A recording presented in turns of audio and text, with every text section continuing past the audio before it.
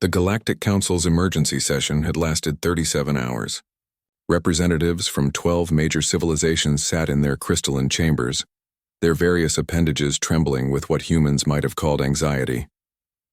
At the center of the Great Assembly, High Arbitrator Zexthal's four eyes focused on the holographic display showing Earth's quarantine perimeter. "The humans," announced the spindly Vorthak delegate, his voice crackling through the universal translator, "have violated the harmony accords for the final time." Murmurs of agreement rippled through the chamber. The accords, established 3 millennia ago, were sacred law throughout the galaxy. No civilization could produce what the humans called music, those chaotic combinations of frequency and rhythm that had nearly destroyed interstellar civilization once before. Dr. Elena Vasquez didn't know about the emergency session as she sat in her makeshift laboratory aboard the research vessel Prometheus. Officially, she was studying xenolinguistics. Unofficially, she was humanity's greatest composer, working in secret to understand why every alien species they'd encountered seemed terrified of human musical expression. The answer lay in her latest discovery: harmonic resonance patterns that existed nowhere else in the galaxy. Human music, it seemed, operated on frequencies that bypassed the logical centers of alien brains and spoke directly to something deeper, something primal that most species had evolved beyond. "Computer, play back the Kepler sequence," Elena commanded. The haunting melody filled her small cabin, a composition she'd based on the orbital patterns of a distant star system. It was beautiful, complex, and according to galactic law, absolutely forbidden. She'd been working on it for months, adding layers of harmony that built upon mathematical principles unique to human neural architecture. What Elena didn't realize was that her isolated laboratory wasn't as secure as she believed. The Prometheus had been infiltrated by Zephyrian intelligence agents 3 weeks ago. More critically, her latest composition was being broadcast across subspace, on frequencies she'd never intended to use. Halfway across the galaxy, on the hegemony homeworld of Rix Prime, Chancellor Vorth was experiencing something unprecedented. The humans' musical transmission had reached their capital city, just as he was reviewing military deployment orders. The melody crept into his consciousness like liquid starlight, and for the first time in his 800-year lifespan, he felt what humans called emotion.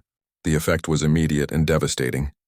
The rigid mental conditioning that had made the hegemony's conquest of 47 worlds possible began to crumble. Vorth found himself remembering his clutch siblings, lost in the Third Expansion War. He remembered the faces of conquered civilians he'd ordered relocated. He remembered beauty, loss, love, concepts his species had engineered out of their culture generations ago. Similar scenes unfolded across 17 systems.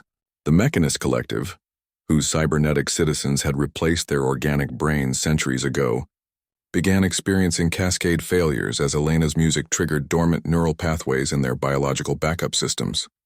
Assembly drones stopped mid-task, their optical sensors focusing on nothing as they processed sensations they had no words for. On Arcturus Station, the Traders Consortium watched their profit-driven society transform overnight. The mathematical precision of human harmony spoke to their calculating minds in ways they couldn't ignore. For the first time in their mercantile history, they began asking not, "What does this cost?" but "What does this mean?" Back on Earth, Admiral Sarah Chen received the priority transmission in her Strategic Command office. The message was brief and terrifying.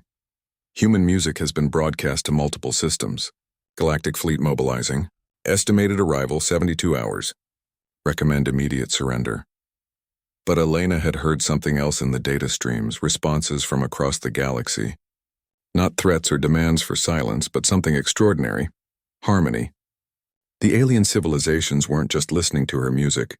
They were learning from it, adding their own voices to the composition.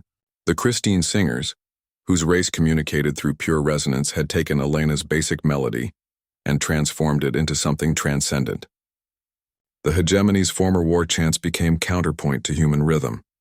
Even the Mechanical Collective had found ways to contribute, their processing systems creating mathematical harmonies that no biological mind could conceive. "Admiral," Elena said when she finally made contact with Earth Command, "I think I understand now why they banned our music." "Because it's a weapon?" Chen asked.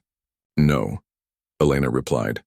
watching the real-time data stream as more civilizations added their voices to the growing galactic symphony. Because it's the opposite of a weapon. It's a unifier. They didn't ban human music to protect themselves from us, they banned it to protect their empires from themselves. The revelation came with stunning clarity. Every galactic civilization had achieved spaceflight by suppressing the very emotions and connections that made societies vulnerable to conquest. Fear, love, hope, dreams. These were liabilities in a universe where survival meant expansion and dominance. But human music awakened those suppressed elements. Elena's composition wasn't destroying alien minds. It was healing them, restoring connections their species had severed to become more efficient, more logical, more conquerable. 72 hours later, the galactic fleet arrived at Earth's solar system, but instead of weapons fire, they broadcast a single message across all frequencies. We surrender. High Arbitrator Zexthul's voice carried across the void, trembling with newly awakened wonder. Humans of Earth, we formally dissolve the harmony accords. We request that you teach us to remember what we have forgotten. Elena smiled as she prepared the next movement of her composition. She had work to do, an entire galaxy to remind of what they truly were beneath their artificial divisions. The music played on and the empires crumbled not in violence but in unity. In the end, humanity's greatest weapon wasn't destruction. It was the simple, profound power to help others remember how to feel.